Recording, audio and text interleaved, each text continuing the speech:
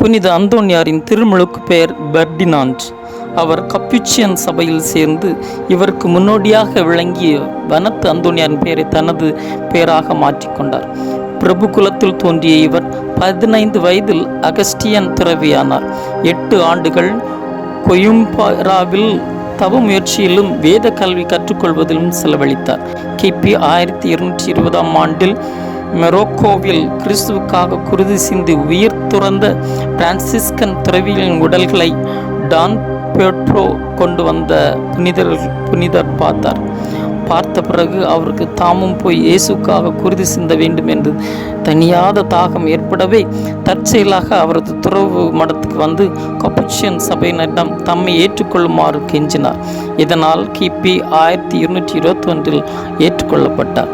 மொரோக்கோவுக்கு புறப்பட தம்மை தயாரித்து கொண்டார்.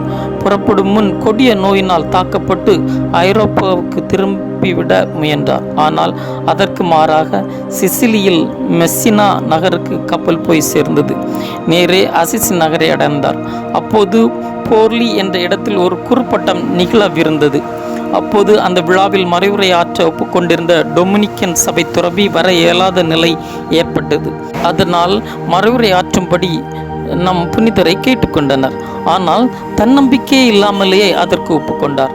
அவர் பேசத் தொடங்கியதும் அவரது திறமை, ஆழமான மறைநூல் அறிவு, நாவன்மை மக்களின் நெஞ்சங்களை மேலே எழுப்பவும் ஆற்றல் படைத்ததாக இருந்தது. இவை அனைத்தையும் கேட்டவர் அனைவரையும் வியப்பில் ஆழ்த்தியது. இதை நேரில் பார்த்த சபை தலைவர் லம்பார்டி பகுதி முழுவதிலும் மறைவுரை ஆற்றும் பணி பொறுப்பை புனித அந்தோனியாரிடம் அளித்தார். அப்போது மறைக்கல்வியும் துறவிகளுக்கு அவர் கற்றுக் கொடுக்க வேண்டியதாயிற்று. பாவிகள் நூற்றுக்கணக்கில் வந்து அவரிடம் அடைக்கலம் அடைந்தனர். பாறை மனம் கொண்ட பாவிகள், ஞான வாழ்வில் அக்கறை காட்டாதவர்கள் அவரை அணுகிய வண்ணம் இருந்தனர். இதனால் புனித அசிசியாரின் இறப்பிற்கு பிறகு அந்தோனியார் இத்தாலிக்கு வரவழைக்கப்பட்டார். அது முதல் இறுதி நாள் வரை பதுவையிலேயே அவர் தங்கினார். கிபி 1231ஆம் ஆண்டு ஒரு காட்டுப்பகுதியில் தங்கி மறைவுரை ஆற்றி வந்தார். அப்போது அவர் உடலில் முற்றிலும் வலிமை இழந்தது, சக்தியற்று காணப்பட்டார்.